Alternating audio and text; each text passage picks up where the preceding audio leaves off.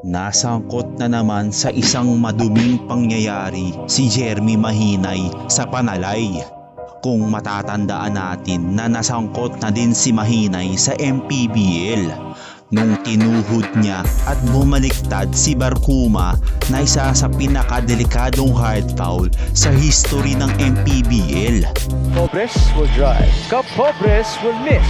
Rebound Gabaini. Here's Renzo Subido. Cross-court pass, Barkuma. Ooh, God.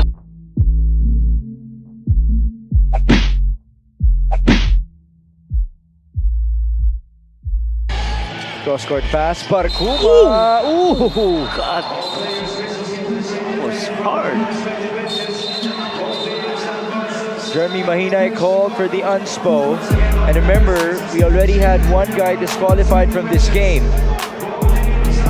That's why JV Marcelino was extra unhappy with that sequence. The Zamboanga bench has to be contained. Good job by our marshals, by Coach Louis Alas as well, to be the one on the court. Remember, if you go beyond your bench, that can mean suspension for you in your next game or games.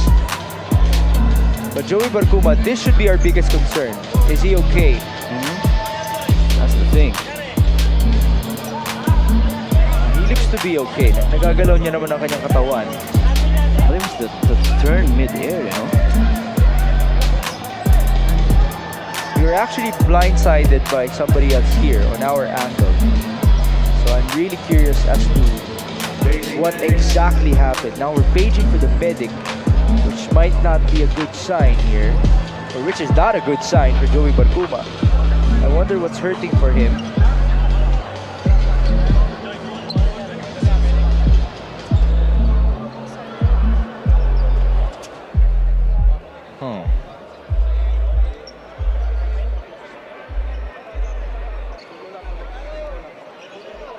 Okay, so at this point, we're letting our referees make sure that they would get the right call before we would show Upon review, anything. Ito na. disqualifying foul on number 26, Jeremy Mahinay. Jeremy Mahinay out of the playing court. Okay, there's no surprise there. Technical foul on number 19, JV Marcelino for unsportsmanlike behavior.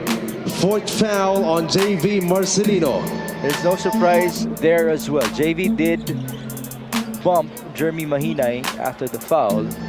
And JC Marcelino was really angry at the bench, by the way. Yeah. Now, the thing is, the stretcher was Uma, looks to be okay. Let's see what happened. There you go. He used his leg. Wow. Oh, he raised that right leg.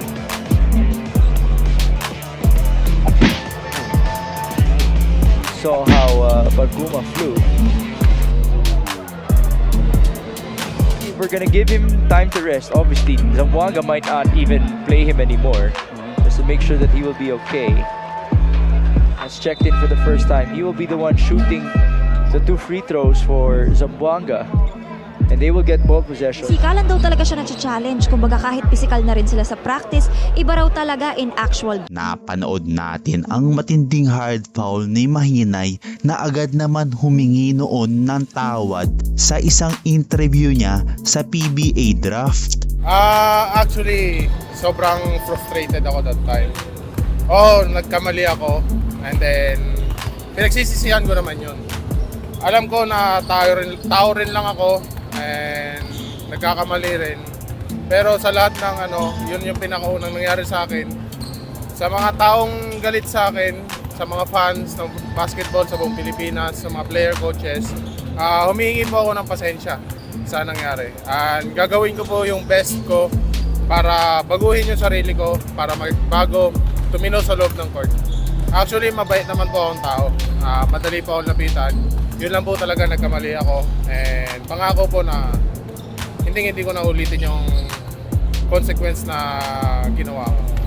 At ngayon naman sa laban ng CN Farm versus WB Sofia sa Panalay noong July 20, 2026 ay umariba na naman ng hard foul si Jeremy Mahinay na naging dahilan para mapatalsik siya sa playing court.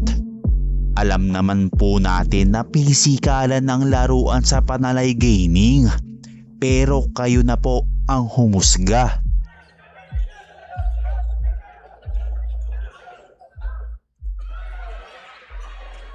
Mahinay miss. Escobedo, advance pass. And a basket count. That's a masama yung tama dun. Bagsak dun si Rojas. Let's take a look on that replay. You know,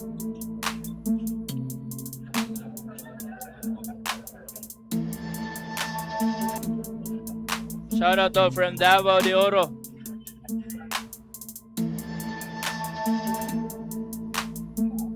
Sama yung tama. Oh, shout out Rex Luro from Kiblawan from Pitmark Diaz.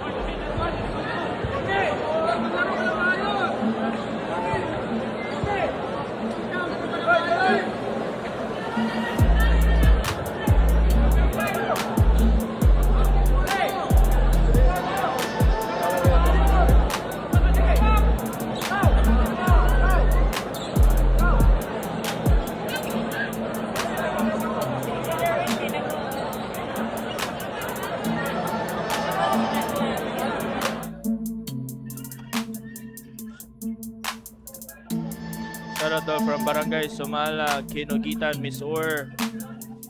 From J. Morania, shoutout idol from Timog Coop, Madaon from Raymond Sagenza.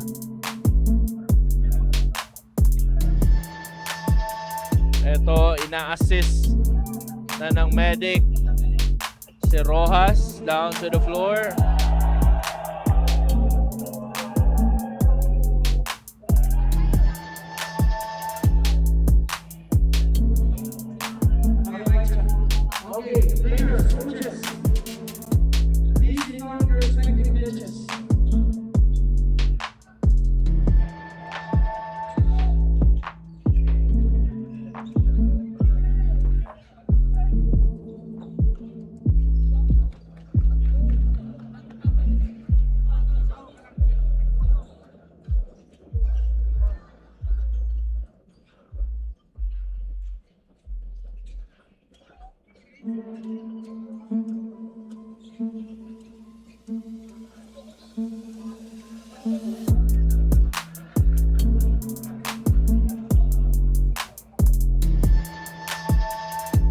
Shoutout Mercy Mikulov sa Gensa. Shoutout ko sa kasawa Shena from Mipi Dorado.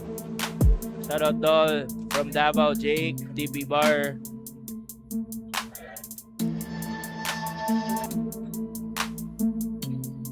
Shoutout to 426 live viewers. Shoutout Larupay family, wife here from Aliana. Shoutout from Cebu, Materes sa Selvano, watching dyan sa YouTube. Shout out to my wife, Richard Manlangit. Anong English diriya sa YouTube?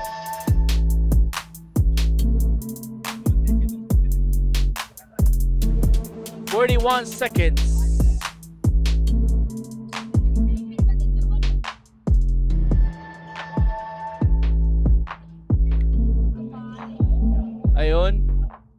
natin alam kung anong status.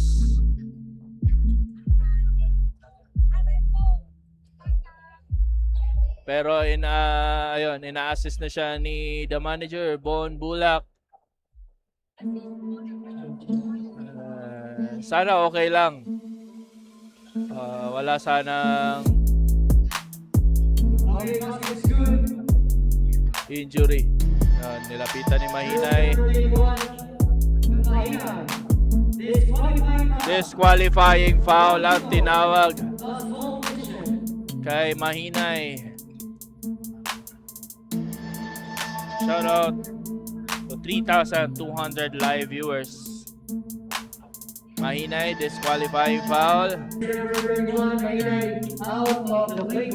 Out of the playing court. Ito si Mahinay. Step back and kiss myself. Big time plays make big time plays. Woo!